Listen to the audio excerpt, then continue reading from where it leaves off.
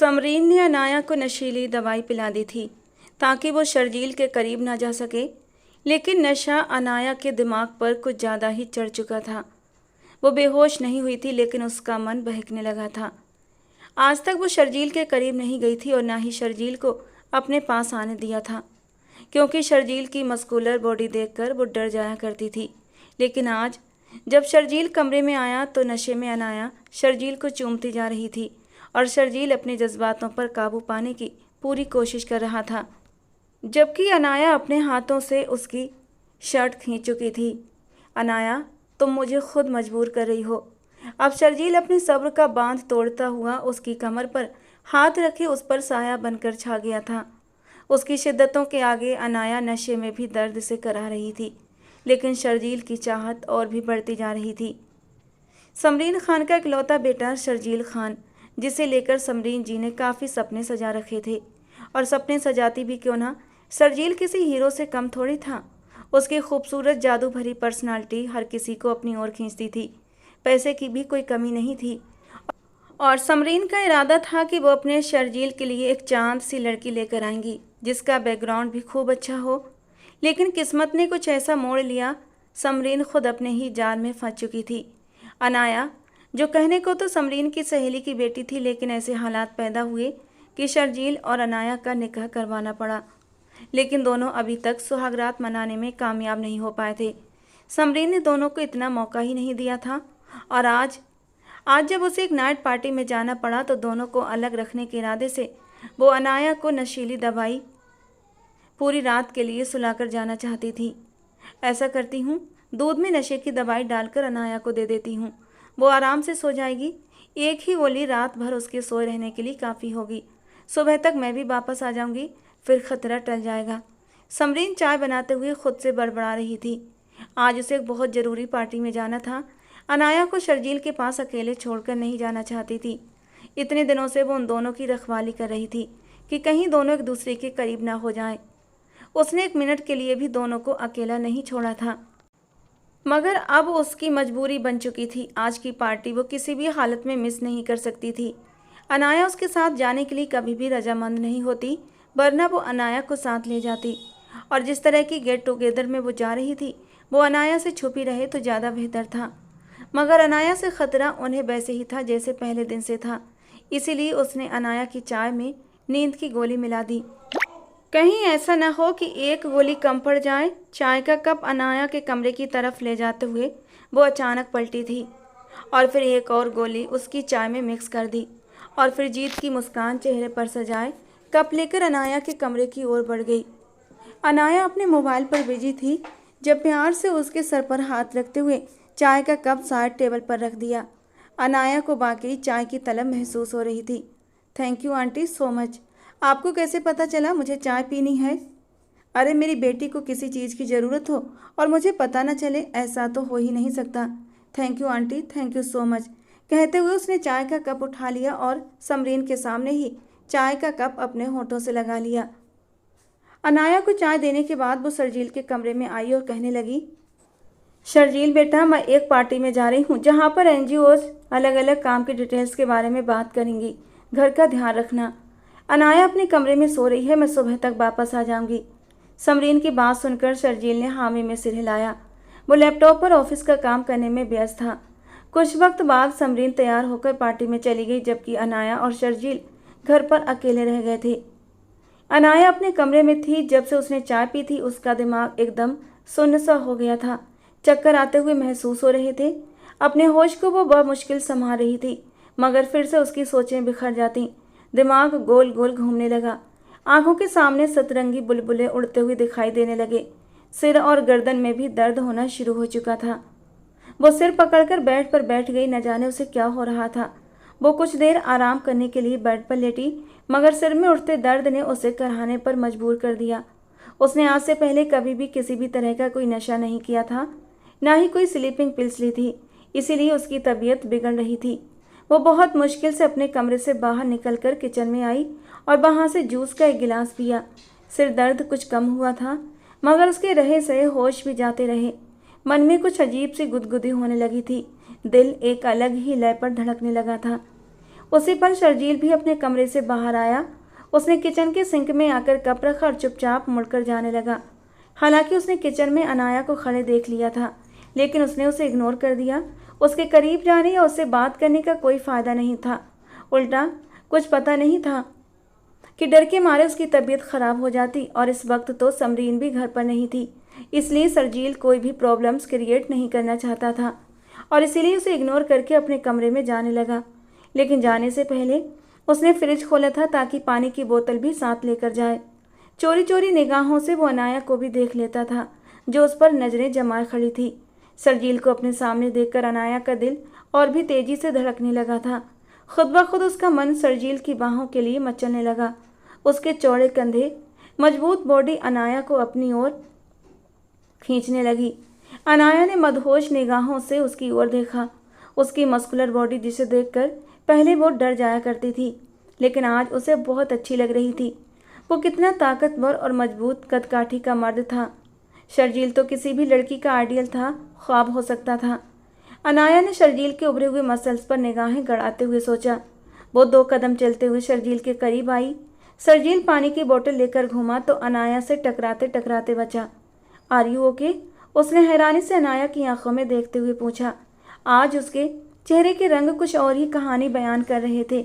आंखों में छाया मदहोशी का रंग शर्जील ने भी नोट कर लिया था, और अनाया तो बस मदहोशी से उसकी घनी मूंछों के नीचे हिलते गुलाबी होठों को देख रही थी। उसका जी चाहा आगे बढ़कर उसके उन नरम गुदाज होठों को छू ले और उसकी मजबूत सीने से लिपट जाए। अनाया, मैं तुमसे कुछ पूछ रहा हूँ, तुम ठीक तो हो ना? अनाया की तरफ से कोई जवाब न मिलने पर शर्जील ने उसे कंधे से पकड़कर हिलाते हुए पूछा। जी मैं बिल्कुल ठीक हूँ, उसने हड़बड़ाकर कहा। तो जाओ, कमरे में जाकर सो जाओ, रात काफ़ी हो चुकी है। शर्जील गहरा सांस लेते हुए पानी की बोतल लेकर अपने कमरे की ओर बढ़ गया था, लेकिन अनाया अपने आप को संभाल नहीं पा रही थी, और फिर कुछ ही देर बाद वो शर्जील के कमरे में मौजूद थी। शर्जील अनाया को अपने सामने देखकर एकदम से हड़बड़ाया था। कमरे में आने के बाद उसने शर्ट उतार दी थी और इस वक्त वो ब्लैक सैंडो में था। उसकी मस्कुलर बॉडी ब्लैक सैंडो में और भी ज़्यादा उभर रही थी। क्या बात है अनाया, किसी चीज़ की ज़रूरत है क्या? उसे अपने कमरे में दाखिल होते देख शर्जील ने फ़ौरन पूछा।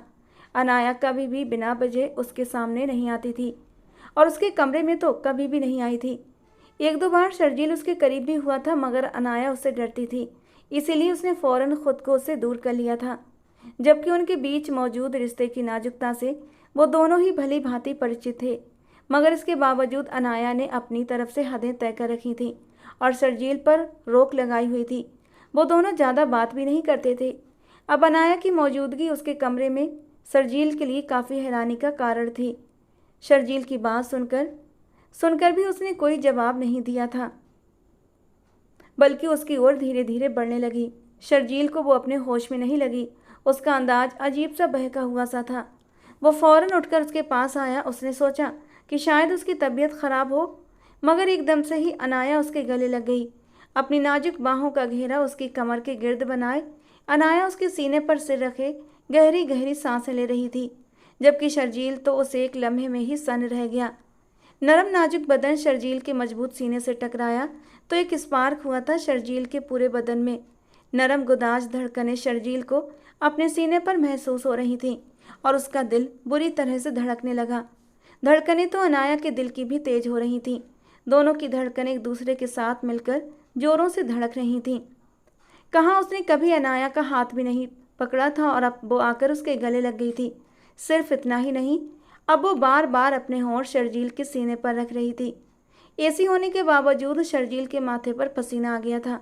उसने नरमी से अनाया को दोनों कंधों से पकड़कर खुद से दूर करने की कोशिश की, मगर अनाया शायद इस बात का बुरा मान गई थी और इसलिए मुंह बनाकर उसकी तरफ देखा। उसकी आंखें नशे की वजह से गुलाबी हो रही थीं और जोर से फिर उसके गले लग गई। शर्जील के लिए हर लम्हा खुद को संभालना मुश्किल होता जा रहा था, इसीलिए वो बार बार उसे खुद से दूर झटक रहा था। अनाया, होश में आओ, ये क्या कर रही हो तुम? तुम्हारी तबीयत तो ठीक है ना? वो बेबसी की आखिरी हद पर था। उसका मन कर रहा था इस नाजुक वजूद को अपने बाहों में समेट ले और उसे अपना हक वसूल कर ले, उसके खूबसूरत वजूद पर अपने प्यार की मोहर लगा दे। लेकिन अनाया की हालत भी वो समझ रहा था। उसे अंदाजा था कि अनाया होश में नहीं है और अनाया की बेहोशी की हालत में वो उसके साथ कोई ऐसा गलत कदम उठाना नहीं चाहता था। लेकिन अनाया उसके सब्र को आजमा रही थी, क्योंकि अनाया के नरम स्पर्श के एहसास पर उसका अंग अंग मचलने लगा था। उसका दिल बगावत करने लगा। भूल जाओ सब कुछ, भूल जाओ अपनी माँ से किए गए वादे को, भूल जाओ अनाया की लगाई हुई हदों को और आज सारी हदें पार कर दो। इस खूबसूरत रिश्ते की शुरुआत कर लो। लेकिन दिमाग कहता, नहीं अभी नहीं, थोड़ा इंतज़ार और करो, अभी सही समय नहीं है। जो नशा समरीन अनाया को शर्जील से दूर रखने के लिए देकर गई थी, अब वही नशा अनाया के सिर चढ़कर बोल रहा था। वो बेहोश तो नहीं हुई मगर बहक जरूर गई थी और अब शर्जील के वजूद में घुसते हुए उसे खुद भी इस बात का एहसास नहीं था कि वो क्या कर रही है। वो नशे में पूरी तरह धुत थी और शर्जील के साथ अपने सारे फासले मिटा देना चाहती थी। इससे पहले तो वो खुद ही शर्जील से दूर जाने के बहाने ढूंढा करती थी और उससे छुपती फिरा करती थी कि कहीं वो उसके करीब आकर उससे अपना हक ना मांग ले। क्या बात है, मैं जितना तुम्हारे करीब आ रही हूँ तुम उतना ही मुझसे दूर होते जा रहे हो। यहाँ आओ ना प्लीज़। अनाया ने शर्जील की बनियान की स्ट्रिप पकड़कर उसे अपनी ओर खींचा था, जबकि शर्जील सक पकाते हुए एक बार फिर से दूर हुआ। अनाया ने आंखें छोटी करके उसकी तरफ देखा। मैंने तुम्हें कहा है फ़ौरन मेरे पास आओ, तुम मुझसे दूर क्यों भाग रहे हो? वो मुंह बनाते हुए बोल रही थी। उसका चेहरा इस वक्त बहुत क्यूट लग रहा था, क्योंकि इस वक्त नशे की हालत में उसका पूरा चेहरा गुलाबी हो रहा था, जबकि शर्जील उस वक्त बेबसी की तस्वीर बना हुआ था। वो जितना अनाया को खुद से दूर झटकने की कोशिश कर रहा था, अनाया उतना ही उसके वजूद में घुसी जा रही थी। उसने झटके से शर्जील की बनियान से पकड़कर अपनी ओर खींचा था और अब उसके सीने पर बार बार अपने होंठ रखकर उसके जज्बातों को उभार रही थी और आखिरकार शर्जील के लिए खुद पर बंद बांधना बेहद मुश्किल हो गया था। बेखुद होते हुए उसने अपने दोनों हाथ अनाया की कमर पर रखे थे। अनाया, तुमने ही मुझे मजबूर किया है अपने करीब आने पर। अब मेरी शिद्दतों को बर्दाश्त करना और शिकायत मत करना। ये कहते हुए शर्जील ने अनाया को एकदम खींचकर अपने करीब किया था और उसकी कमर में अपनी दोनों बाहें डालते हुए अपनी बाहों का घेरा उसके इर्द गिर्द मजबूत कर दिया। शर्जील अनाया पर पूरी तरह साया बन गया था और उसके चेहरे पर अपना स्पर्श छोड़ रहा था। शर्जील की जरा सी कुर्बत मिलते ही अनाया ने अपनी आंखें बंद कर लीं और ख़ुद को शर्जील के हवाले कर दिया। वो पूरी तरह से अब शर्जील के भरोसे पर थी, जो उसे अपनी मोहब्बत की गर्माहट में भिगो रहा था। शर्जील के करीब रहकर अनाया को एक अजीब सा सुकून महसूस हो रहा था। अनाया ने धीरे से अपना सर शर्जील के कंधे पर रख दिया था, जबकि शर्जील ने प्यार भरी नज़रों से उसे देखा और फिर उसकी पीठ के पीछे बंधी डोरियों को खोलते हुए उसे अपनी बाहों में उठा लिया। उसने अनाया को बहुत नरमी से बिस्तर पर लिटाया। अनाया का चेहरा हल्की सी शर्म और भरोसे से दमक रहा था और उसकी मौजूदगी पूरे कमरे में खामोश सी मोहब्बत भर रही थी। उसके कंधे पर बहुत ही खूबसूरत तिल था। शर्जील का दिल बेख्तियार उस तिल को छूने के लिए किया और दिल की सदा पर हाँ कहते हुए शर्जील ने अपने सुलगते होंठ अनाया के कंधे पर रख दिए। अनाया के पूरे वजूद में एक सनसनी सी दौड़ गई थी। शर्जील की बाहों के हिसार में वो मचल उठी और अपने दोनों हाथों से शर्जील को कंधों से पकड़कर और भी अपने ज़्यादा करीब कर लिया। शर्जील ने अपना चेहरा अनाया के बालों में छुपा दिया। शर्जील की हल्की बढ़ी हुई दाढ़ी अनाया की गर्दन पर चुभ रही थी, जो उसे सुरूर का गहरा एहसास दिला रही थी। वो और भी मदहोश होती जा रही थी। शर्जील खुद भी अनाया के हुस्न में खोता जा रहा था। वो बहुत मासूम और नाजुक सी थी। उसके गुदाज वजूद को अपनी बाहों में लिए उसकी गर्दन, कंधों, चेहरे और कानों पर अपना स्पर्श छोड़ते हुए शर्जील को एकदम से एहसास हुआ कि उसने इतने दिनों तक अनाया से दूर रहकर गलती कर दी। मगर इससे पहले अनाया भी उसे अपने करीब आने कब देती थी? अगर वो कभी करीब होने की कोशिश भी करता तो अनाया उससे दूर भाग जाती थी। वो शर्जील की मस्कुलर बॉडी और ताकत देखकर उससे बेहद डरती थी, क्योंकि अनाया खुद बहुत नरम नाजुक सी थी। शर्जील के सामने तो बिल्कुल छोटी सी लगती थी। दोनों की उम्रों में भी करीब 8 साल का फ़र्क था और फिर दोनों एक दूसरे को ज़्यादा जानते भी नहीं थे, इसीलिए वो शर्जील के सामने छुपती फिरती थी। मगर आज अनाया ने खुद उसके करीब आकर उसके जब्त के सारे बंधन तोड़ दिए थे। अनाया ने आज अपनी शामत खुद बुला ली थी। सोए हुए शेर को खुद जगा चुकी थी और अब उस पर काबू पाना मुश्किल था। जज्बातों की शिद्दत जब हद से ज़्यादा बढ़ गई तो शर्जील ने अपने दांत हल्के से अनाया के कंधे में मीठे मीठे दर्द का एहसास होते ही अनाया सिसक उठी थी, जबकि शर्जील ने पीछे होकर अनाया के कंधे पर पड़ा हुआ लाल निशान देखा। दूध जैसी कोमल त्वचा पर लाल निशान एकदम साफ साफ नजर आ रहा था। अनाया के वजूद को हर पर्दे से आज़ाद करते हुए शर्जील उसके करीब हो गया और उसके होठों को अपने भावुक स्पर्श से भिगोने लगा। उसने खुद को और अनाया को एक आत्मिक बंधन में बांध दिया। शर्जील के लिए ये रात एक हसीन ख्वाब जैसी थी, जबकि अनाया थकान और मीठे मीठे दर्द के साए में थी। रात के करीब 3 बजे जब शर्जील की रफ्तार में ठहराव आया तो उसने अनाया को बेहद नरमी से अपनी बाहों में उठाया। उसका सिर शर्जील के सीने पर था और आंखें अधमुदी थीं। नशे की हालत में तो कुछ होश में और कुछ बेखुदी में अनाया ने धीमे से शर्जील की बनियान पकड़ी हुई थी और फिर मुस्कुराकर बोली, तुम्हें पता है शर्जील, तुम्हारे सीने की ये धड़कनें ये मुझे लोरी जैसी लगती हैं। उसकी आवाज़ में मासूमियत भी थी और एक अजीब सी मिठास भी। फिर वो हल्का सा हंसी। नशीली नशीली सी उसकी आवाज़ बहुत प्यारी लग रही थी, जैसे खुद से कोई राज कह रही हो। शर्जील, तुम ना मुझे चांद जैसे लगते हो, बस थोड़ा ज़्यादा पास आ जाते हो। उसने आंखें मूंदी और उसके गले से लग गई और शर्जील ने अपने होठों से उसके मासूम से चेहरे को छू लिया। अनाया को पाकर जैसे आज वो पूरा हो चुका था। उसे बेड पर लेटाकर शर्जील ने अलमारी से एक मुलायम से कपड़े निकाले और बहुत सहेज कर उसके कपड़े बदल दिए। वो अभी उसी नशे में बहकती जा रही थी। तुम मेरी रूह में समा गए हो, अब जाओगे तो नहीं ना मुझे छोड़कर। उसका हाथ अब भी शर्जील की उंगलियों को थामे हुए था। शर्जील ने उसे बिस्तर पर लिटाया, प्यार से कंबल उड़ाया और उसके माथे पर एक नरम सा प्यार दिया। कभी नहीं मेरी जान, ये साथ पूरी जिंदगी के लिए है। उसने उसके हाथ को थाम कर वादा किया था। अनाया अब भी पूरी तरह नशे में थी। नशे में डूबी उस रात उसने वो कर दिया जिसकी उसने कभी कल्पना भी नहीं की थी। शर्जील उठने लगा तो अनाया ने दोबारा से अपनी बाहें उसके गले में डाल दी। मत जाओ ना शर्जील, मुझे अकेला छोड़कर। उसका ये मासूम सा अंदाज देखकर शर्जील अपने व्यवहार को लेकर अब पछताने लगा था। जब वो अनाया के पास आया था तब उसे अच्छे से इस बात का एहसास हो चुका था कि वो पूरी तरह होश में नहीं है। फिर भी उसने उस परिस्थिति में भी उसका साथ पाने की भूल कर दी। अब धीरे धीरे अनाया पूरी तरह नींद की आगोश में चली गई थी। खुद को दोषी मानते हुए शर्जील अपने कमरे में आया। वो सोने ही वाला था कि जैसे ही उसने कंबल को सीधा किया, उसकी नज़र बिस्तर की चादर पर पड़ी। चादर पर धब्बे साफ दिखाई दे रहे थे। ये देखकर उसके भीतर एक हलचल सी मच गई। अनाया ने पहली बार किसी मर्द को खुद के इतना करीब आने दिया था, और वो मर्द कोई और नहीं बल्कि खुद शर्जील था। ये सोचकर उसे कुछ पल के लिए सुखद एहसास हुआ था, लेकिन फिर उसे चिंता सताने लगी। अगर अनाया के लिए ये पहला अनुभव था तो निश्चित ही उसे बहुत तकलीफ हुई होगी, और उसने उस समय अनाया के दर्द की बिल्कुल भी परवाह नहीं की थी। अब उसे पछतावा हो रहा था, लेकिन अब पछताने से कुछ भी बदलने वाला नहीं था। उसने चुपचाप चादर बदली और पुरानी चादर को उन कपड़ों के साथ बांध दिया जो धुलाई के लिए रखे गए थे। वो कपड़े पहले से तय स्थान पर रखे थे और अब कोई उन्हें खोलकर देखने वाला नहीं था। इस बात से उसे थोड़ी राहत मिली थी। फिर वो कमरे में लौटकर लेट गया, लेकिन उसकी आंखों से नींद कोसों दूर थी। उसका मन अब भी अनाया की निकटता को तरस रहा था।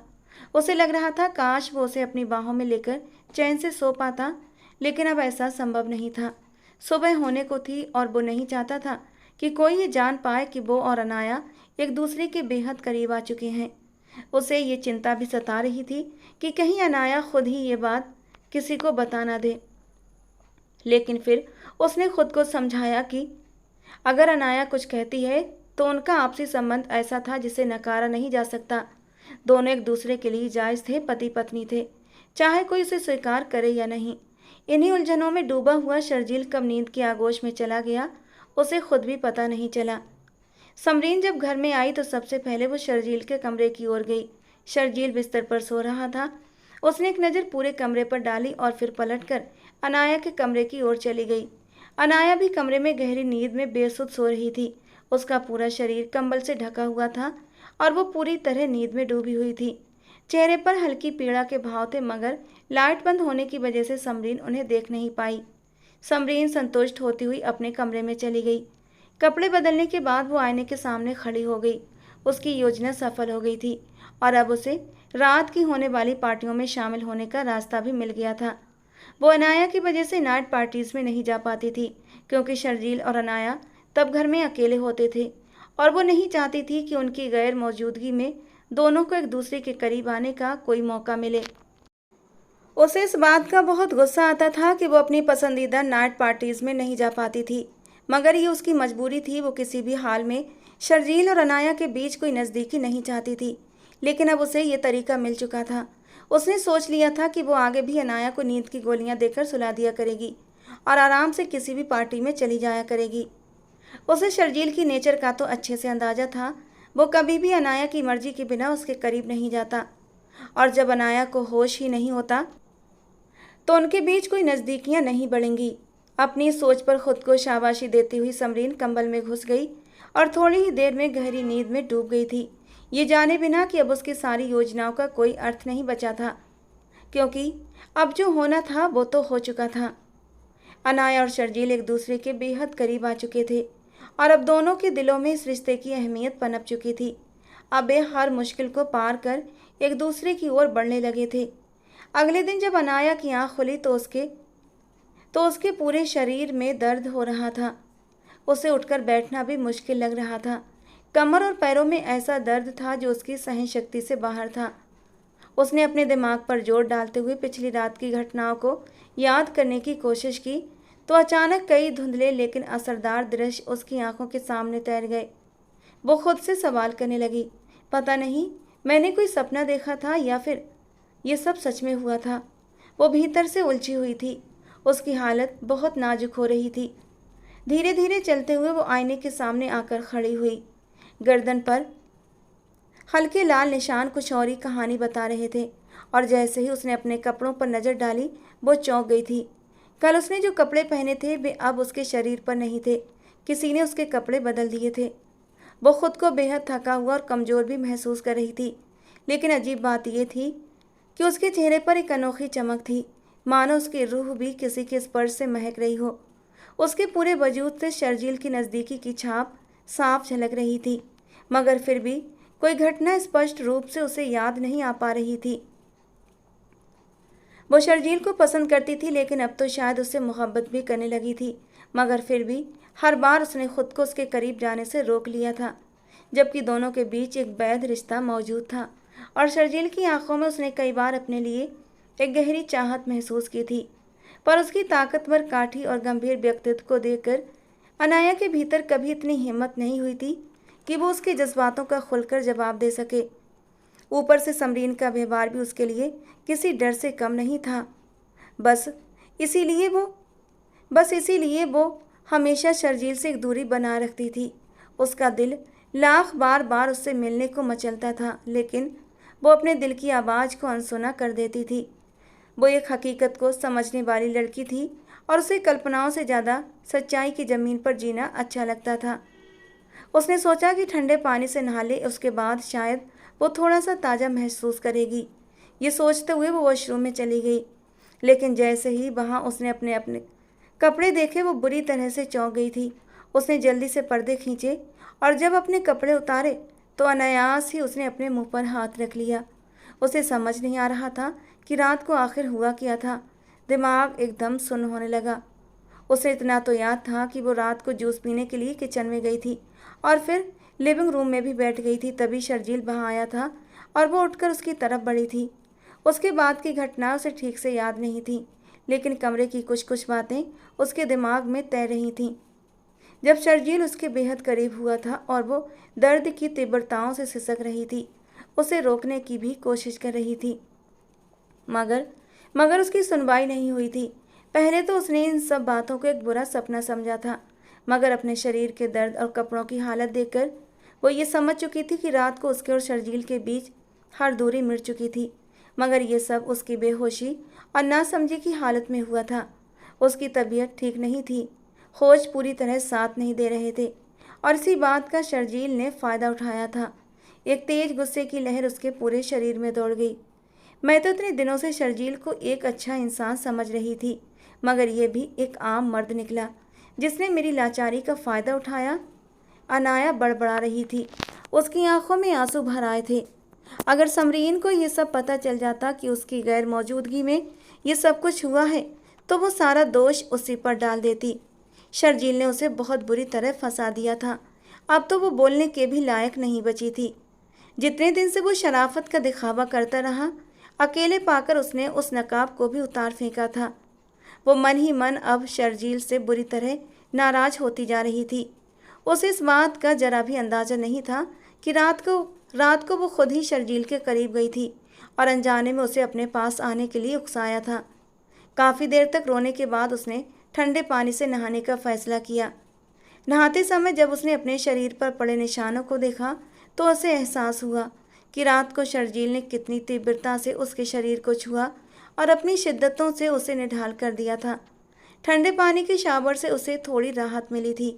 वो अलमारी की तरफ बढ़ी और वहाँ से एक बंद गले वाला सूट निकाल लाई और उसे पहन लिया ताकि कोई निशान न दिखे। नीचे आने पर उसे शर्जील कहीं भी दिखाई नहीं दिया और समरीन के कमरे का दरवाज़ा भी बंद था, जिसका मतलब था कि वो रात के किसी समय लौट आई थी और अब अपने कमरे में सो रही थी। अनाया ने चुपचाप एक कप चाय पी और कॉलेज जाने के लिए निकल पड़ी। इस वक्त वो ना तो शर्जील और ना ही समरीन से कोई सामना करना चाहती थी, इसीलिए उसने अपनी ख़राब तबीयत की भी परवाह नहीं की। अनाया समरीन की दोस्त फरीहा की बेटी थी। फरीहा और समरीन कॉलेज के ज़माने से एक दूसरे की सहेलियां थीं। फरीहा बेहद सुंदर और अमीर घराने से संबंध रखती थी, जबकि समरीन एक मध्य वर्गीय परिवार से थी। समरीन की रंगत सांवली थी, मगर उसके तीखे नैन नक्श उसे बहुत खूबसूरत बनाते थे। सुंदरता में समरीन भी किसी से कम नहीं थी, लेकिन फिर भी वो फरीहा की गोरी रंगत से भीतर ही भीतर जलती थी, जिसकी एक बड़ी वजह यह भी थी कि समरीन जिस लड़के को पसंद करती थी उसने ये कहकर समरीन को रिजेक्ट कर दिया कि वो फरीहा को पसंद करता है। और फिर समरीन को यही लगा कि उसकी गोरी रंगत की वजह से उसका प्यार उसे मिल न सका। हालांकि फरीहा ने उस लड़के का प्रपोजल रिजेक्ट कर दिया था, क्योंकि वो प्यार मोहब्बत जैसी बातों पर यकीन नहीं रखती थी। फरीहा एक सच्चे दिल वाली और नेक स्वभाव की लड़की थी। अपनी इसी अच्छी सोच के चलते फरीहा ने समरीन को अपनी सहेली बनाया था। पूरे कॉलेज में उनकी दोस्ती की मिसाल दी जाती थी, मगर कोई नहीं जानता था कि बाहर से मजबूत दिखने वाला ये रिश्ता अंदर से ईर्ष्या और द्वेष से भरा हुआ था, और ये सब केवल और केवल समरीन की ओर से ही था। अगर फरीहा अमीर न होती और अपनी दौलत दिल खोल कर समरीन पर न लुटाती तो शायद समरीन कभी उसे दोस्ती न रखती। 6 साल दोनों ने एक साथ पढ़ाई की और फिर फरीहा की शादी हो गई और वो अपने पति के साथ इंग्लैंड चली गई। वहीं समरीन की भी शादी एक अच्छे परिवार में हो गई। शुरुआत में दोनों के बीच संपर्क बना रहा, लेकिन धीरे धीरे जीवन की समस्याएं हावी होती चली गईं और दोनों का रिश्ता एकदम से ठंडा पड़ गया। समरीन का एक ही बेटा था, शर्जील, जबकि फरीहा के 3 बच्चे हुए। बड़ा बेटा अजहान, बेटी अनाया और उससे छोटा बेटा बजीहा। दोनों ही अपने अपने जीवन में व्यस्त और संतुष्ट थीं। कई वर्षों बाद जब फरीहा कभी कभार भारत आती तब भी समरीन की मुलाकात नहीं हो पाती थी, क्योंकि समरीन ने घर बदल लिया था, पुराने नंबर खो गए थे और फरीहा को नए पते की कोई जानकारी नहीं थी। इस तरह सालों गुजरते चले गए और बच्चे बड़े हो गए। फिर एक दिन मार्केट में अचानक फरीहा और समरीन का आमना सामना हो गया। अब तक समरीन भी अपने दिल की सारी ईर्ष्या और पुरानी भावनाओं को पीछे छोड़ चुकी थी, बल्कि वो तो फरीहा के बारे में लगभग भूल चुकी थी। जब फरीहा ने अचानक उसका नाम पुकारा तो दोनों खुशी से गले मिली और एक दूसरे की ज़िंदगी की बातें करने लगीं। उस दिन शॉपिंग को छोड़कर वे आइसक्रीम पार्लर में बैठ गईं और कॉलेज के पुराने दिन याद करते हुए लंबी बातचीत की। जब वे दोनों अपने अपने घर पहुंची तो परिवार वाले बहुत चिंतित थे, क्योंकि बातचीत के दौरान उन्होंने किसी की भी कॉल नहीं उठाई थी, बल्कि उन दोनों ने अपने अपने फ़ोन साइलेंट पर कर दिए थे। अब तो अक्सर फरीहा और समरीन की बातचीत होने लगी थी। दोनों ही एक दूसरे को अपनी रोज़मर्रा की ज़िंदगी की बातें बताया करती थीं। बरसों पुरानी सहेलियों का फिर से मिल जाना ऐसा था जैसे किसी बूढ़े को फिर से जवानी की खुशखबरी मिल जाए। एक दिन फरीहा ने समरीन को बताया कि अनाया भारत आ रही है, वो यहाँ से एमफिल करना चाहती है। वो हॉस्टल में रहने वाली थी, जिस पर समरीन ने जोर दिया कि अनाया उसके घर आ सकती है। मगर फरीहा ने उसकी बात टाल दी, क्योंकि वो नहीं चाहती थी कि अनाया समरीन पर किसी भी तरह का बोझ बने। अनाया हॉस्टल में रहने लगी। समरीन कभी कभी उससे मिलने आ जाया करती थी और अक्सर जब भी घर में कुछ अच्छा बनता तो वो अनाया के लिए भिजवा देती थी, कभी ड्राइवर के हाथ तो कभी शर्जील खुद दे आता था। शर्जील को देखकर अनाया की सभी सहेलियां उसे चिढ़ाया करती थीं और शरारत से कहती, देखना यही तुम्हारा लाइफ पार्टनर बनेगा, क्योंकि हमने उसकी आंखों में तुम्हारे लिए चाहत के भाव देखे हैं। मगर अनाया हंसते हुए उनकी बात को टाल देती और कहती कि वो शर्जील को ज़्यादा जानती तक नहीं है। लेकिन उसे क्या पता था कि आने वाला वक्त उसकी इस बात को पूरी तरह झुठला देगा। अनाया के हॉस्टल में आग लग गई थी। हुआ कुछ यूँ था कि इन दिनों सरकार के खिलाफ दूसरी पार्टी के लोगों ने प्रदर्शन कर दिया था। शहर भर में हड़ताल थी। हॉस्टल की लड़कियां भी हॉस्टल में बंद थीं। जब प्रदर्शन कर रहे समूह में से एक पक्ष ने गर्ल्स हॉस्टल में, तो लड़कियां आग के डर से बाहर निकल आई थीं। तभी वहाँ काफ़ी हंगामा हुआ। खुशकिस्मती से अनाया इस हंगामे में सुरक्षित बची, मगर इतना डर गई थी कि तुरंत वापस जाने की जिद करने लगी। मगर उन दिनों फ्लैट्स भी बंद थीं। समरीन को इन सब हंगामों की खबर मिली तो वो शर्जील को लेकर तुरंत अनाया को लेने पहुंच चुकी थी। रास्ते में उन्हें काफ़ी मुश्किलों का सामना करना पड़ा। अनाया को गाड़ी में बैठाकर वो लोग वापस आ रहे थे जब रास्ते में पुलिस ने उन्हें रोक लिया। बहुत सारे लोगों की तरह इन सबको भी गिरफ्तार करके थाने ले जाया गया, जबकि ये लोग चिल्लाते हुए अपना कसूर पूछते रह गए। अनाया एकदम पागल की हालत में हो गई थी। हॉस्टल में हुए हंगामे का उसके दिमाग पर बहुत गहरा असर पड़ चुका था। असल में पास ही एक गैर कानूनी गतिविधियों का अड्डा था। मोटरवे का रास्ता बंद होने की वजह से इन लोगों ने शॉर्टकट लिया था ताकि जल्द से जल्द घर पहुंच सकें, क्योंकि शहर के हंगामे धीरे धीरे बढ़ते जा रहे थे। जब ये लोग गलती से उस व्यापार के अड्डे में फंस गए। कुछ लड़कियां तो खुद ही ये गलत काम करती थीं। अनाया को भी ऐसी ही लड़की समझ लिया गया। बिना उसका मेडिकल कराए उसे लॉकअप में बंद कर दिया गया और साथ ही शर्जील और समरीन को भी बंद कर दिया गया। स्थिति काफ़ी ज़्यादा ख़राब हो चुकी थी। पुलिस लड़के लड़कियों का आपस में निकाह करवाकर उन्हें जाने दे रही थी। तभी समरीन को मजबूरी में शर्जील और अनाया का निकाह करवाना पड़ा ताकि इस मुसीबत से निकला जा सके। निकाह करवाने के लिए 1 महीने बाद पुलिस इन लोगों को छोड़ रही थी। 1 महीने तक अगर उनमें तलाक नहीं होती तो फिर केस रफा दफा कर दिया जाता, लेकिन अगर 1 महीने में इन जोड़ों में से किसी की भी तलाक हो जाती तो उन्हें दोबारा लॉकअप में बंद कर दिया जाता और कानूनी कार्रवाई की जाती। समरीन फिलहाल तो इस मुसीबत से निकलना चाहती थी, इसलिए अनाया और शर्जील का निकाह करवाकर उन्हें घर ले आई। अनाया अभी तक गुमसुम थी, जबकि शर्जील भी बहुत चुप हो गया था। उसने अभी तक अनाया को नज़र भरकर देखा भी नहीं था, मगर जैसे ही नज़र उठाकर देखा तो उसे देखता ही रह गया। एक ही पल में उसकी मोहब्बत में कैद हो गया। उसे अनाया से मोहब्बत हो गई थी। वो अनाया के साथ अपना रिश्ता बनाए रखना चाहता था और 1 महीने के बाद तो क्या, कभी भी उसे तलाक देना नहीं चाहता था। वो चाहता था कि अनाया से शादी करके बाकायदा एक खुशहाल वैवाहिक जीवन की शुरुआत करे, मगर इसके लिए उसे अनाया से बात करनी थी। कई बार उसने अनाया से बात करने की कोशिश की, मगर अनाया ने उसे कोई मौका न दिया। अनाया के होश अब पूरी तरह वापस आ चुके थे और वो अपने और शर्जील के बीच मौजूद रिश्ते की प्रकृति को भी समझ रही थी, मगर उससे बात करने से कतरा रही थी। शर्जील की मस्कुलर बॉडी देखकर उसे डर लगता था। बहरहाल इसी तरह दिन गुजरते जा रहे थे। समरीन ने ये निकाह सिर्फ और सिर्फ मजबूरी में करवाया था। वो किसी भी हाल में अनाया को अपनी बहू नहीं बनाना चाहती थी। समरीन ने सारी जिंदगी फरीहा से नफरत में गुजार दी। कहीं ना कहीं अब भी उसके दिल में उसके लिए बैर मौजूद था, क्योंकि वो अब भी उससे बेहतर हालत में ज़िंदगी गुजार रही थी। समरीन की ज़िंदगी में किसी चीज़ की कमी नहीं थी। पति का देहांत हो चुका था, मगर मरने से पहले उसने भारी संपत्ति समरीन और शर्जील के लिए छोड़ दी थी। समरीन ने भी ऐशो आराम में ज़िंदगी बिताई थी, मगर इसके बावजूद भी वो फरीहा से अपनी जलन को किसी भी तौर कम नहीं कर पाई थी। वो नहीं चाहती थी कि फरीहा की बेटी को ब्याहकर वो हमेशा उसी जलन का शिकार बनी रहे। उसे अनाया से एक अजीब सी चिढ़ थी, क्योंकि वो खूबसूरती में हूबहू अपनी माँ के जैसी थी। उसके सामने समरीन को अपनी रंगत और भी काली नजर आती थी। बस लिहाज में उसने अनाया को अपने घर रखा हुआ था और अच्छे से उसका ख्याल भी रखती थी। समरीन की अक्सर सहेलियां नाइट टुगेदर किया करती थीं, जहां पर मस्तियां होती, ड्रिंक होती। ये महफिलें मर्दों और औरतों की होती थीं, जहां पर गलत गलत कपड़े पहनकर नाच गाना किया जाता था। शर्जील को कभी भी अपनी माँ की इन गतिविधियों के बारे में पता नहीं चल पाया था। अब अनाया और शर्जील को घर में अकेला छोड़ने की वजह से वो इन गेट टुगेदर्स को अटेंड नहीं कर पा रही थी, जबकि ये उसकी आदत बन चुकी थी, जिन्हें वो किसी भी सूरत में छोड़ना नहीं चाहती थी। आखिरकार इस बात का गिल्ट समरीन को एक दिन भी नहीं गया। जब उसने अपनी दराज में पड़ी हुई स्लीपिंग पिल्स देखी तो उसे ख्याल आया। अनाया को चाय में स्लीपिंग पिल्स डालकर देने के बाद उसने उसके कमरे का दरवाज़ा भी अच्छे से बंद कर दिया था।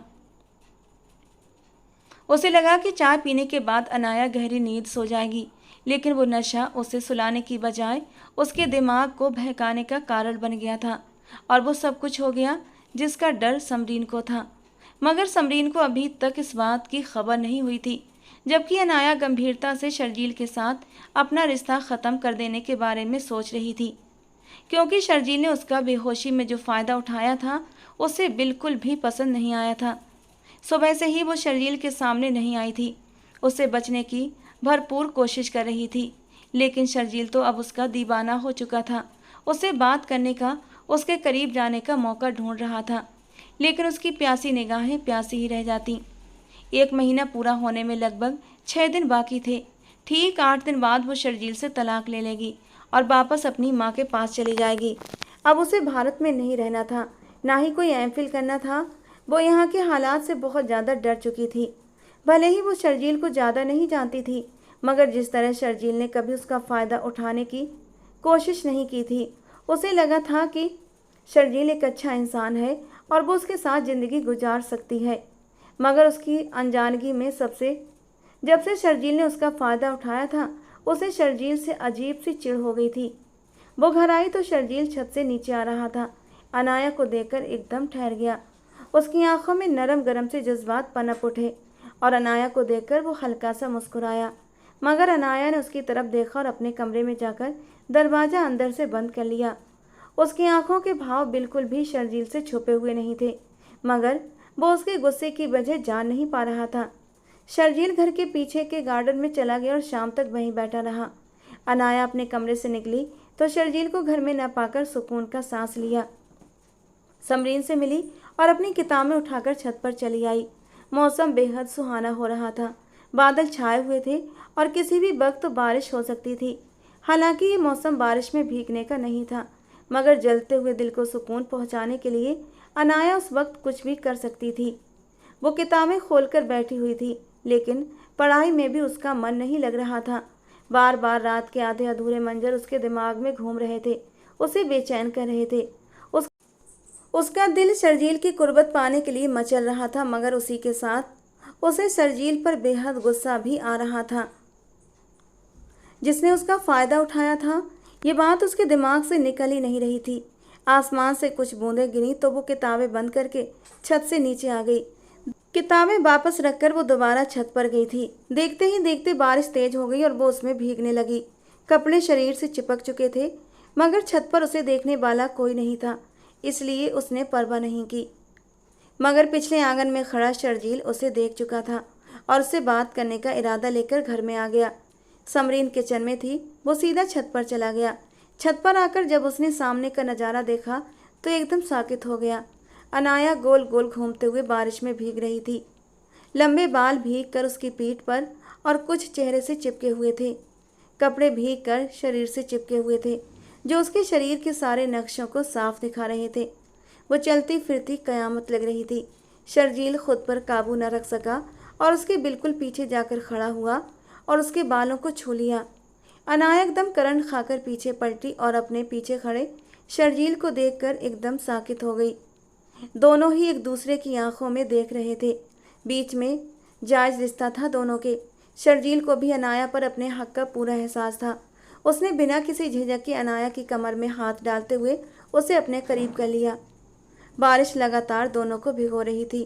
पानी बहता हुआ अनाया के चेहरे को पूरी तरह भिगो चुका था। अनाया की बारिश में भीगी हुई अधखुली आंखें बेहद हसीन लग रही थीं। शर्जील ने आगे बढ़ते हुए बारी बारी उसकी दोनों आंखों को छू लिया, फिर अपने होंठ उसकी छोटी सी नाक पर रख दिए। अब वो उसके गाल और ठोड़ी को चूम रहा था। अनाया किसी ट्रांस की हालत में थी। उसने आंखें बंद कर ली थीं और शर्जील की शर्ट को दोनों मुट्ठियों में पकड़ लिया। धीरे धीरे शर्जील की शर्ट पर उसके हाथों की पकड़ मजबूत हो रही थी। शर्जील के ऊपर जो अनाया को गुस्सा था वो एक पल में हवा हो गया था। शर्जील की संगत उसे मदहोश करने लगी थी। अनाया ने अपने दायां पांव उठाकर शर्जील के पैर पर रखा, फिर बायां पांव भी उसी पर रख दिया। उसकी इस हरकत पर शर्जील मुस्कुरा दिया। मुस्कुराने से उसके गाल में पड़ने वाला डिंपल दिखाई दिया। अनाया को उसका डिंपल बहुत खूबसूरत लगा। उसने अपने होंठ शर्जील के डिंपल पर रख दिए। शर्जील ने आंखें मूंद लीं। ये लम्हा दोनों के लिए बहुत सुकून भरा था। दोनों के दिल एक साथ धड़क रहे थे। वे दोनों एक दूसरे की मोहब्बत में खोते जा रहे थे और एक दूसरे के वजूद पर अपना स्पर्श छोड़ रहे थे। कभी अनाया शर्जील के गाल, माथे या आंखों को छू लेती तो कभी शर्जील अनाया के चेहरे पर अपना स्पर्श छोड़ देता। अचानक वो अनाया की गर्दन पर झुका और उसकी शर्ट की जिप खोलते हुए उसके कंधे से जरा सी शर्ट नीचे कर दी और वहां अपने होंठ रख दिए। वहां का लाल निशान काफी गहरा था।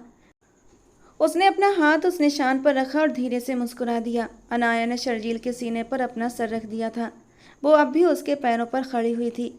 शर्जील ने भी अपना घेरा अनाया के इर्द गिर्द मजबूत कर दिया। आपने रात को मेरे साथ क्या किया था, बताइए जरा।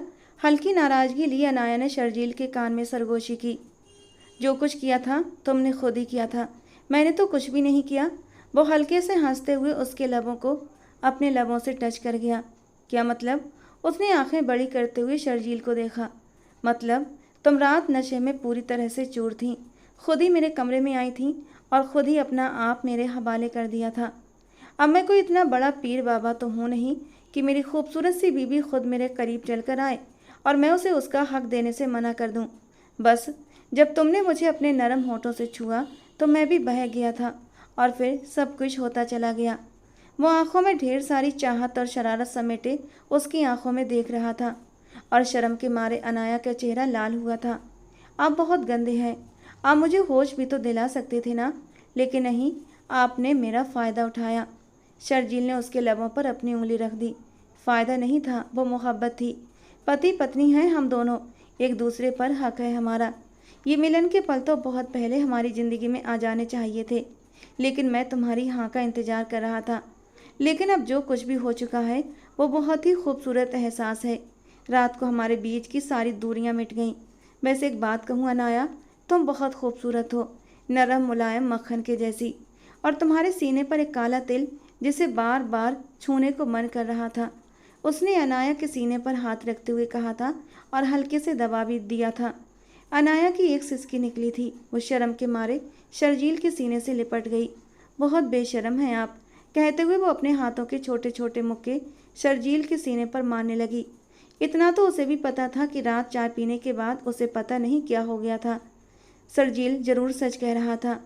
शर्जील ने उसका चेहरा अपने दोनों हाथों से ऊपर उठाया। सुनो अनाया, मैं अपनी पूरी ज़िंदगी तुम्हारे साथ बिताना चाहता हूँ। मैं नहीं जानता कब, कैसे और क्यों, मगर तुम्हारे इश्क में पूरी तरह डूब चुका हूँ।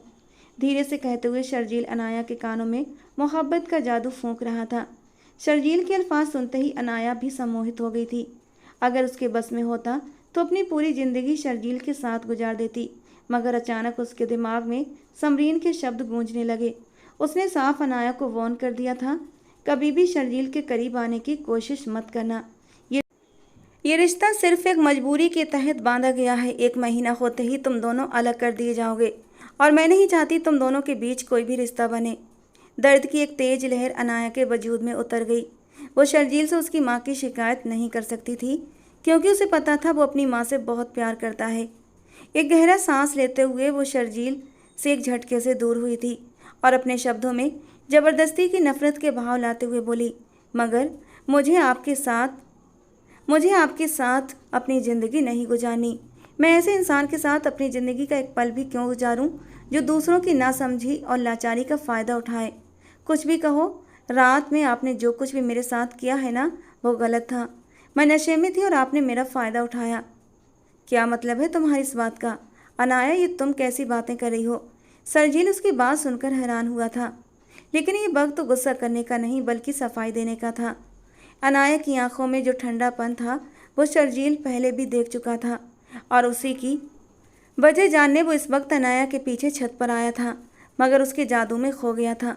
अनाया अब फिर से वही बात कर रही थी। इतना तो वो समझ गया था कि अनाया भी उससे मोहब्बत करती है, मगर शायद उसे शर्जील से कोई शिकवा था जो वो करना चाहती थी मगर कर नहीं पा रही थी। उसे अनाया की बात बिल्कुल समझ भी नहीं आ रही थी। वो इस बात की पुष्टि चाहता था, इसलिए सवालिया नज़रों से उसकी तरफ देखने लगा। जब अनाया की आंखों में आंसू आ गए, उसने अपने आंसू पीछे धकेलते हुए कहा, मैं आपको पसंद करने लगी थी। मुझे लगा था आप बहुत अच्छे इंसान हैं कि हमारे बीच मौजूद रिश्ते का फ़ायदा उठाने की कोशिश कभी भी नहीं करेंगे, मगर ये मेरी खुशफहमी थी। मुझे आपकी आंखों में जो पसंद दिखती थी असल में वो पसंद नहीं थी, वो आपकी हवस थी। आपने कल रात मेरी नासमझी का फ़ायदा उठाया और बिना मेरी मर्जी की परवाह किए आपने मुझसे रिश्ता बना लिया। अनाया रोते हुए बोली, जबकि उसके इस इल्ज़ाम पर शर्जील हक्का बक्का रह गया। पल में तोला पल में माशा। अभी तो वो उसके साथ कितनी नरमी और मोहब्बत से पेश आ रही थी और अब एकदम से गुस्सा हो गई थी। शर्जील को समझ नहीं आ रहा था आखिर ऐसा क्यों। मैंने तुम्हारी नासमझी का फ़ायदा उठाया? सीरियसली अनाया, ये तुम कह रही हो, जबकि अभी मैं तुम्हें सारा सच बता चुका हूँ। गलती मेरी नहीं थी बल्कि तुम खुद ही। शर्जील तो जैसे शौक की हालत में था। उसने अनाया का बाजू पकड़कर उसका रुख अपनी तरफ किया। जब अनाया ने एक बार झटके से अपना बाजू छुड़ाया और उसे शिकायती नज़रों से देखते हुए नीचे की ओर भाग गई, जबकि शर्जील तो कुछ समझ ही नहीं पा रहा था। अनाया का इल्ज़ाम सुनकर उसे गहरा सदमा लगा था। अनाया को आकर अपने कमरे में बंद होते समरीन ने देख लिया था, मगर जब कुछ देर बाद शर्जील भी छत से नीचे आया तो उसे जैसे आग लग गई। उसने फ़ौरन शर्जील को अपने पास बुला लिया और गुस्से में कहने लगी, ये अनाया छत पर क्या कर रही थी? मुझे अनाया बहू के रूप में हरगिज़ भी कबूल नहीं है। ये बात अच्छे से अपने दिमाग में बिठा लो। ये रिश्ता सिर्फ मजबूरी में जोड़ा गया था, अब बस कुछ ही दिन की मजबूरी रह गई है। मैं ये रिश्ता ख़त्म करवा दूंगी और तुम्हारे लिए अपनी पसंद से बहू लेकर आऊँगी, या फिर तुम खुद ही अपने लिए कोई लड़की पसंद कर लेना, मगर अनाया हरगिज़ भी तुम्हारी जीवन साथी नहीं बनेगी। समरीन ने दो टूक लहजे में शर्जील से कहा था और शर्जील हैरान हो गया। क्यों मम्मा, अनाया में क्या बुराई है? वो बहुत अच्छी लड़की है और निकाह कोई मजाक नहीं होता। मैं खुद अनाया से बात करूंगा और उसे इस शादी के लिए मना लूँगा। शर्जील की बात सुनकर समरीन को और भी गुस्सा आ गया। हरगिज़ नहीं, जिस औरत से मैंने सारी ज़िंदगी नफरत की है, अनाया उसी की बेटी है जो मुझे बहू के रूप में बिल्कुल भी कबूल नहीं। तुम भले कुछ भी कर लो, मगर मैं ये हरगिज़ बर्दाश्त नहीं कर सकती कि वो तुम्हारी बीवी बने। समरीन के लहजे में नफरतें बोल रही थीं और गुस्से से उसका चेहरा तमतमा गया था। क्यों मम्मा, आखिर आप उसकी मम्मा से इतनी नफरत क्यों करती हैं? और वो तो आपकी सबसे अच्छी दोस्त थी ना। मैं भी जानना चाहता हूँ, आखिर ऐसा क्या हुआ कि आप अपने बेटे की खुशी के लिए अनाया को अपनी बहू नहीं बना सकती? शर्जील भी गुस्से में समरीन से सवाल जवाब करने लगा, जिस पर समरीन ने कोई जवाब नहीं दिया और कहने लगी, मुझे लगता है कि उसने एक ही रात में तुम्हें अपने काबू में कर लिया। हालांकि मैं उसे नशे की गोलियां देकर सुला कर गई थी, मगर लगता है उसने चाय पी नहीं होगी, तुम्हारे कमरे में जाकर रंगरलियां मनाई होंगी और अब तुम पूरी तरह उसके काबू में आ चुके हो। समरीन गुस्से में अपना राज खुद ही खोल गई थी, जबकि शर्जील उसकी बात सुनकर सदमे में गूंगा रह गया। उसे यकीन नहीं हो रहा था कि उसकी सगी माँ ने उसके साथ ये सब किया है। अनाया को उससे दूर रखने के लिए उसे नशे की गोलियां तक दे डाली। मैं सोच भी नहीं सकता था कि मम्मा आपकी सोच इतनी नीचे गिर सकती है। मैं सिर्फ अनाया से ही शादी करूंगा और उसी के साथ अपनी ज़िंदगी गुजारूंगा।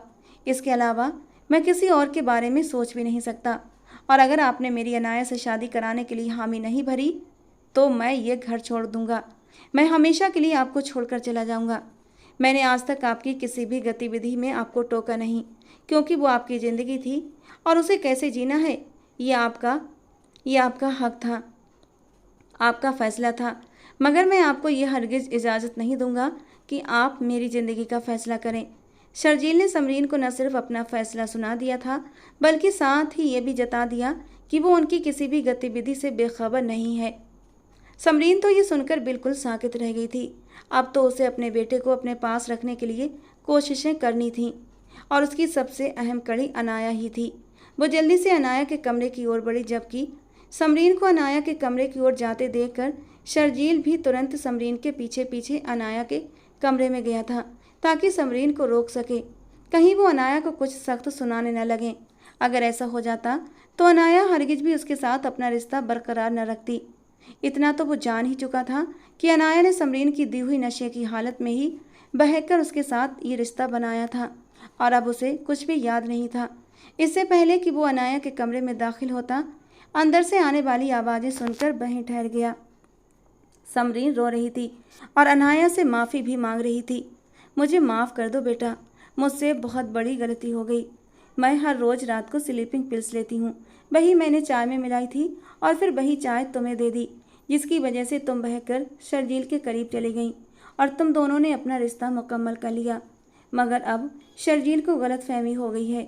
उसे लग रहा है कि मैंने जानबूझकर तुम्हें स्लीपिंग पिल्स देकर सुलाया था ताकि तुम उसके करीब ना जा सको, और तुम्हें लग रहा है कि शर्जील ने तुम्हारा फ़ायदा उठाया, मगर तुम दोनों ही बेगुनाह हो।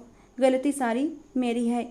समरीन रोते हुए माफ़ी मांग रही थी, जबकि अनाया हैरानो परेशान वहीं खड़ी थी। उसे तो पूरे मामले की समझ ही नहीं आ रही थी। इसका मतलब ये था कि समरीन सब कुछ जानती थी, वो बेखबर नहीं थी। और अब वो तो ये भी जान चुकी थी कि शर्जील और अनाया के बीच रिश्ता बन चुका है। वो शर्मिंदगी से सिर झुका गई। उसे याद आने लगा कि उसने शर्जील को न जाने क्या क्या सुना डाला था। समरीन ने न सिर्फ खुद को मासूम साबित कर लिया था, बल्कि शर्जील और अनाया दोनों की पोजीशन भी साफ कर दी थी। कोई बात नहीं आंटी, मैं भी शर्जील से मोहब्बत करने लगी हूँ और अपने इस रिश्ते को आगे बढ़ाना चाहती हूँ। मैं मम्मा से बात कर लूँगी, आप उनसे बाकी बातें तय कर लीजिएगा। मैं नहीं चाहती कि एक जायज़ रिश्ता होने के बावजूद भी हमारे ताल्लुक़ के बारे में किसी को कुछ कहने का मौका मिले। अनाया ने खूबसूरती से बात को संभाल लिया था। समरीन ने उसे प्यार करते हुए कमरे से बाहर निकल गई। अनाया बाकी समझदार थी और उसकी बहू बनने के काबिल थी। फरीहा ने उसकी बेहतरीन परवरिश की थी। समरीन ने आज पहली बार दिल से फरीहा की किसी अच्छाई को सराहा था। समरीन कमरे से बाहर निकली तो शर्जील को चौखट पर खड़ा देखकर मुस्कुरा दी और साथ ही हंसते हुए कान पकड़ते हुए सॉरी कहा, जिस पर शर्जील ने मुस्कुराते हुए अपनी माँ को गले लगा लिया। समरीन वहाँ से चली गई तो शर्जील अनाया के कमरे में दस्तक देकर दाखिल हुआ। अनाया ने शर्मिंदगी भरी नज़र से शर्जील की ओर देखा। उसने अभी कुछ कहने के लिए ओंठ खोले ही थे कि शर्जील ने उसे टोकते हुए कहा, अनाया, तुम्हारे चेहरे पर सिर्फ मेरे लिए मोहब्बत अच्छी लगती है, ये शर्मिंदगी नहीं। जो हुआ उसमें हम दोनों का ही कोई कसूर नहीं। शायद कुदरत ने हमें इसी तरह मिलाना था। शर्जील की बात सुनकर अनाया मुस्कुरा दी। कुदरत ने उसे एक बेहतरीन हमसफ़र दिया था। शर्जील ने आगे बढ़ते हुए अनाया के माथे पर अपने होंठ रख दिए और उसे अपनी आगोश में समेट लिया। अनाया खुद उसमें सिमट सी गई। मेरी ज़िंदगी को हमेशा ऐसे ही रंगों से भरती रहना अनाया। मेरी ज़िंदगी में आने के लिए थैंक यू। शर्जील के लफ्ज़ों ने अनाया को और भी मुकम्मल कर दिया था। उसने भी अपनी नाजुक बाहों का घेरा शर्जील के इर्द गिर्द बना लिया। दोनों ही सुकून से मुस्कुरा रहे थे। दोस्तों, आज की हमारी कहानी आपको कैसी लगी कमेंट बॉक्स में ज़रूर बताना। पसंद आई हो तो प्लीज़ लाइक करना। रोज़ एक नई और रोमांटिक कहानी के लिए हमारे चैनल को सब्सक्राइब करना। मिलते हैं दोस्तों अगली किसी नई और रोमांटिक कहानी के साथ।